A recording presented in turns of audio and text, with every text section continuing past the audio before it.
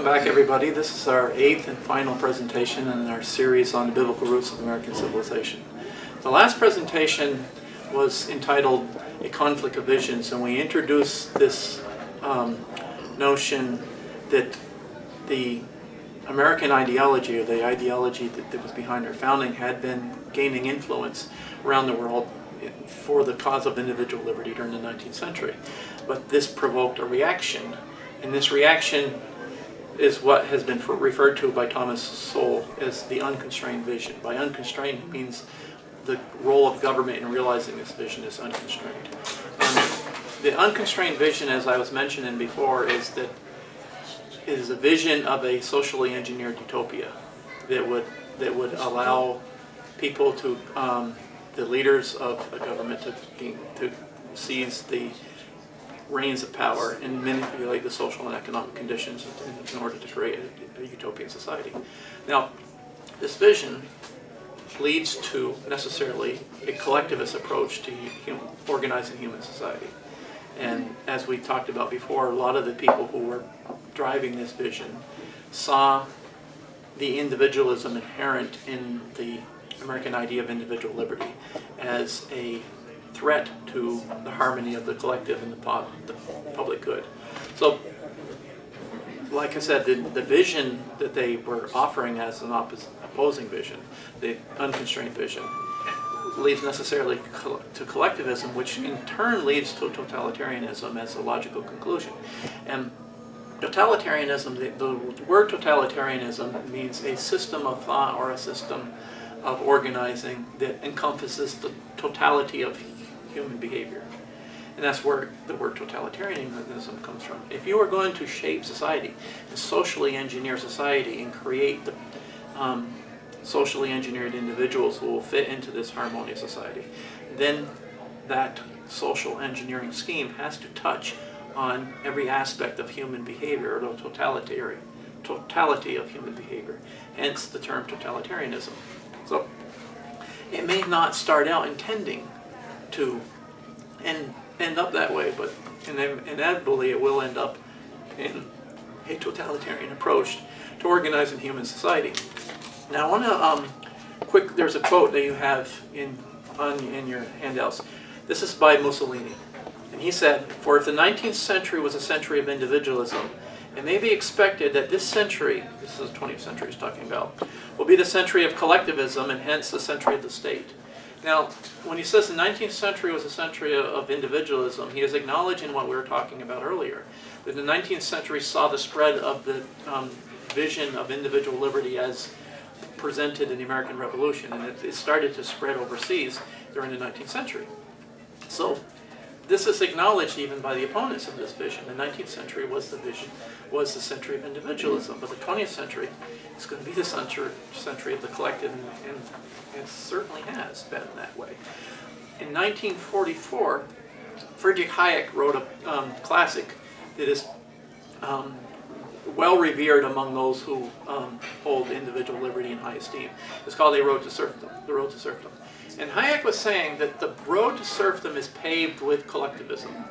That prior to a society degenerating into serfdom, you collectivize and centralize government power.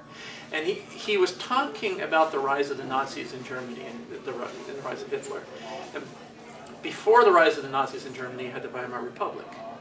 And the Weimar Republic was moving towards this centralized collectivist approach, socially engineered, that we were talking about. And so the conditions for all power to be centralized in the hands of the state were being put in place. So the mechanisms for which Hitler used to oppress the people were starting to slowly be put there because they were putting the reins of power centralized in the hands of the government. So basically you have the apparatus in place because power is centralized in the hands of government. The other problem is that people are conditioned to look to the government as something they depend upon. So it is easier to oppress the people when they do not have the levers of independence, particularly the institutions of civil society that we had talked about earlier. As these roles are usurped by the government, then the disciplines of self-government and the mechanism by which people exercise self-government become undermined. And they're not there anymore. So the people are right to be picked. And that's exactly what happened. And this is what Hayek is talking about in his book, The Road to Serfdom, is that the slow centralization of power in the hands of the government and the collectivization of human society is what paves the road to serfdom. And his argument is that this road to serfdom that was traveled by Germany leading up to Nazism is a path that the Western social democracies were traveling as well, albeit at a slower pace. So he wrote this in 1944, and actually it's, you know, the pace has picked up a little bit since then.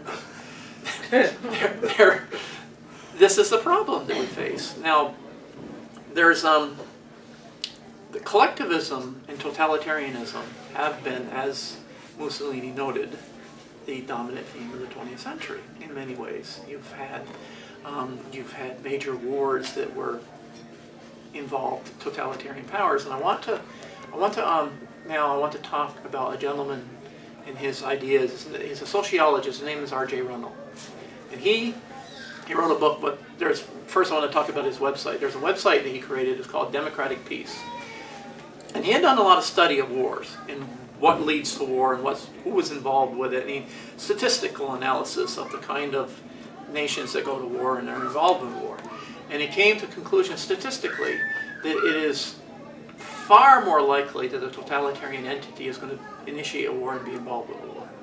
And so this is the reverse of that is that if you want to avoid war and you want to have peace, then you necessarily have to start with freedom first.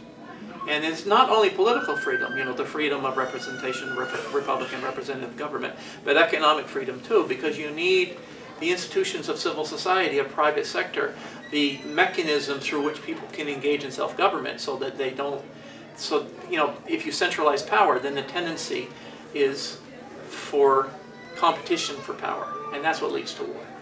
So his argument, and this is an argument that hasn't been given much currency in the 20th century, although in the 19th century it was well understood, is that if you want peace, you strive for freedom. And, you know, it's as simple as that. We've had in the 20th century, we've had wars like we've never seen before in most of human history in terms of loss of life. But during this 20th century, we've had a League of Nations, we have a United Nations, and we've had more peace movements you can shake a stick at. But we haven't achieved this peace. As a matter of fact, we're further from it than almost any other century in human history. And so the argument that Runnell would make is exactly that the reason why is because the 20th century has been a century of collectivism and a century of totalitarianism. So you cannot have peace if you're pursuing this collectivist totalitarian path. And so in his study he estimated that roughly a little bit more than 35 million people have been killed in all the wars combined in the 20th century. Now compared to a lot of the other centuries, that is a huge amount, but that only tells part of the story. If you put wars aside, during peacetime, apart from war, during the same time period, during the 20th century, 262, well, a little bit more than 262 million people have been killed by their own governments, totalitarian governments during that time. So totalitarian governments, statistically, have been shown to be more than 6 times as dangerous to human life, peace, and prosperity as wars are. So we've got this mentality that if you're going to be pro-peace, you're anti-war. Well, war is a bad thing. Yes, you want to be anti-war. We don't want to be anti-war, but more importantly, we want to be anti-totalitarian, because the totalitarian movements and totalitarian governments have not only accounted for the beginning of more wars than other entities, but they have also accounted for about 6 times as many deaths as all the wars put together during that same time period.